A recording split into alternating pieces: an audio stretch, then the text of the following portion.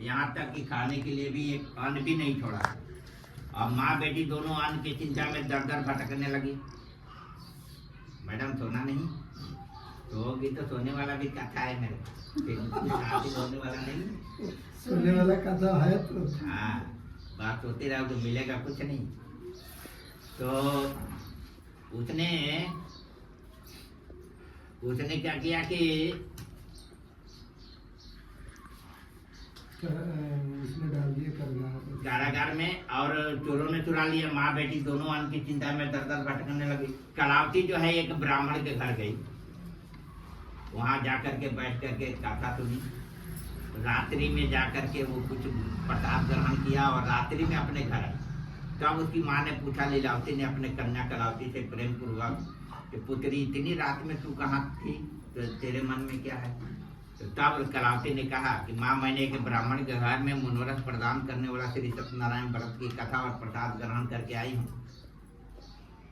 तब उसकी माँ ने अपनी कन्या को बात मान करके उसने भी भगवान श्री सत्यनारायण के व्रत करने के लिए उदित हुई। प्रसन्न मन से उस साध्वी ने प्रातः काल उठा और बंधु बांधवों की इकट्ठा की। इसके बाद भगवान श्री सत्यनारायण की पूजा किया उन्होंने, और भगवान सत्यनारायण से विनय पूर्वक कहा कि हे भगवान, मेरे पति मेरे दामाद के जो भी अपराध है उसे आप क्षमा कर दीजिए, वो यथाशीघ्र घर आ जाए। भगवान ने उसके विनय सुन करके प्रसन्न हो गए। राजा चंद्रकेतु को रात्रि में जिन्होंने बंदी बनाया था उसको स्वप्न में कहा कि हे राजन, दोनों सेठ को प्रातः काल छोड़ो और उनका जो भी धन लिए हो सारा का सारा धन भी दे देना। यदि तुम ऐसा नहीं करोगे तो तुम्हारा ही सर्वनाश कर दो। स्वप्न में कह करके अंतर ध्यान हो गए। प्रातः काल राजा उठा, अपने दूतों को बुलाया सैनिकों को, और कहा कि दोनों सेठ को मेरे पास लेकर के आओ। सैनिकों ने राजा दोनों सेठ को लेकर के आए। राजा ने जो भी धन दिया था उससे डबल धन दिया। एक तो जो लिया वो और उससे डबल दिया, और कहा कि अब आप दोनों अपने अपने नगर को जा सकते हैं, इसमें कोई संशय नहीं है।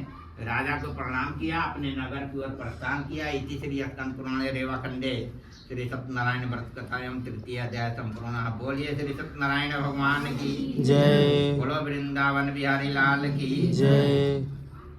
छोड़ दिए, यही छोड़ दीजिए नीचे। हाँ, वही पहुँच।